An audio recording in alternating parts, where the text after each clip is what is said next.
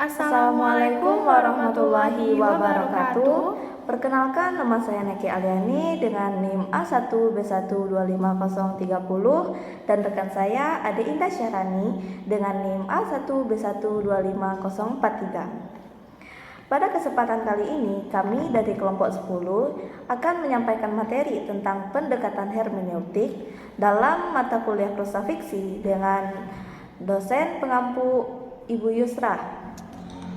Baik teman-teman, di bagian ini saya akan membahas tentang pendekatan hermeneutik dalam karya sastra. Jadi kalau kita lihat di slide, hermeneutik ini sebenarnya konsep lama dari bahasa Yunani yang artinya menafsirkan atau menjelaskan. Nah, dari itu saja kita sudah bisa lihat kan arah utama pendekatan ini, yaitu mencari makna yang tidak selalu kelihatan secara langsung.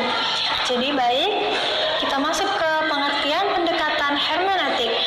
Sebelum masuk ke tujuan dan unsurnya, kita mulai dulu dari pengertian. Jadi, hermeneutik dalam sastra adalah cara membaca karya yang fokusnya bukan hanya memahami cerita di permukaan, tetapi menggali makna yang tersembunyi. Dijelaskan bahwa pembaca hermeneutik itu mencoba melihat apa yang ada di balik struktur bahasa, simbol, dan narasi. Jadi nih, misalnya teman-teman, sebuah cerita kelihatannya sederhana, tetapi bisa mempunyai peran sosial, budaya, atau moral yang tidak ditulis secara eksplisit oleh pengarang. Jadi intinya, hermeneutik itu mengajak kita membaca lebih dalam, bukan cuma apa yang ditulis, tetapi apa yang dimaksudkan. Jadi, kita lanjut ke tujuan pendekatan hermeneutik. Nah, jadi itu kan setelah tahu pengertiannya, kita lanjut ke tujuannya. Tujuannya memang disebutkan di slide, tujuannya memang disebutkan beberapa poin. Tetapi kalau dijelaskan secara mengalir, tujuannya itu yaitu pertama, supaya kita bisa menangkap makna mendalam dari teks. Ini termasuk memahami kenapa penulis memilih kata tertentu, bagaimana struktur cerita dibangun, dan makna apa yang disiratkan melalui alur atau tokohnya. Dan yang kedua, hermeneutik itu ingin menghubungkan teks sastra dengan konteks di luar teks, misalnya konteks sosial, budaya, atau kehidupan pengarang. Karena penulis itu menulis dalam situasi tertentu dan situasi itu sering mempengaruhi pesan yang mereka sampaikan. Dan disebutkan juga pendapat Sayuti bahwa karya sastra tidak bisa dipisahkan dari dunia pembacanya. Artinya itu, pembaca itu mempunyai peran aktif. Makna sebuah karya tidak hanya berasal dari penulis, tetapi juga terbentuk dari bagaimana pembaca memahami teks dengan pengalaman mereka masing-masing. Jadi makanya wajar saja kalau satu karya bisa mempunyai banyak penafsiran, dan itu justru inti dari hermeneutik. Dan yang selanjutnya yaitu unsur-unsur pendekatan hermeneutik. Setelah tahu tujuan dan arah pendekatannya, kita masuk ke unsur-unsurnya.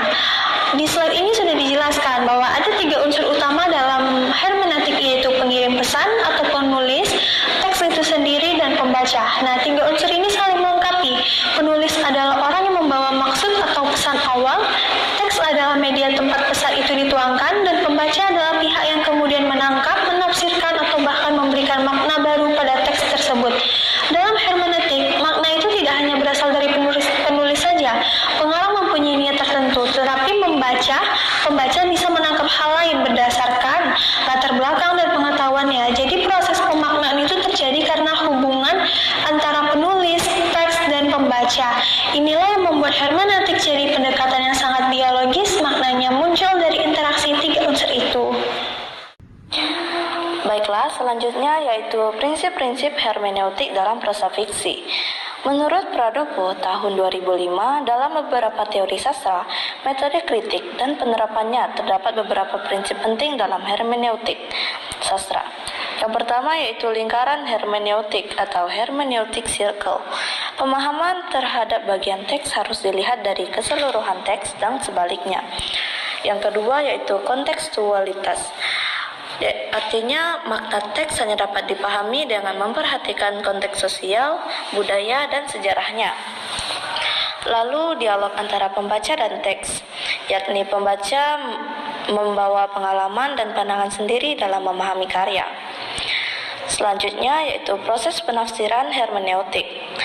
Menurut DJ Saryono tahun 2009, dalam dasar apresiasi sastra menyebut bahwa dalam pendekatan hermeneutik, proses pemahaman melalui beberapa tahap.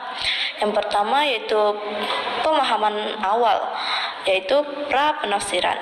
Pembaca menangkap makna umum teks. Yang selanjutnya yaitu analisis unsur teks, yakni memahami tokoh, alur, gaya bahasa, simbol, dan tema. Lalu ada penafsiran mendalam, yakni mengaitkan makna teks dengan nilai-nilai moral budaya atau pandangan hidup pengarang. Dan selanjutnya yaitu refleksi pembaca. Pembaca menafsirkan teks berdasarkan pengalaman pribadi dan konteks sosialnya. Lalu selanjutnya yaitu contoh penerapan hermeneutik dalam proses fiksi.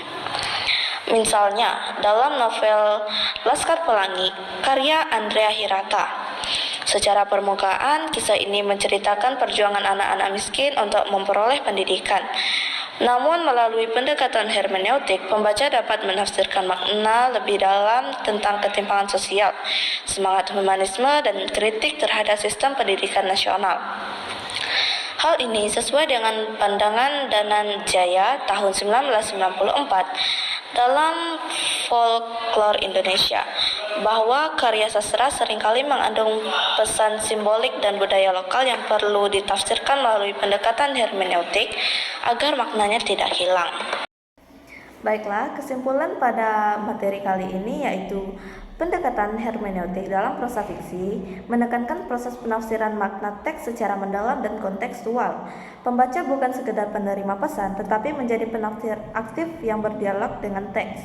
Pendekatan ini mengungkapkan nilai-nilai budaya dan moral yang tersirat, pandangan hidup pengarang, dan relevansi karya terhadap kehidupan sosial pembaca masa kini.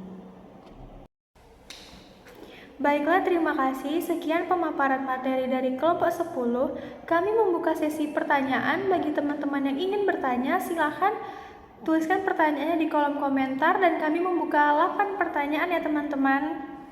Baiklah, sekian kami tutup dengan Wassalamualaikum warahmatullahi wabarakatuh.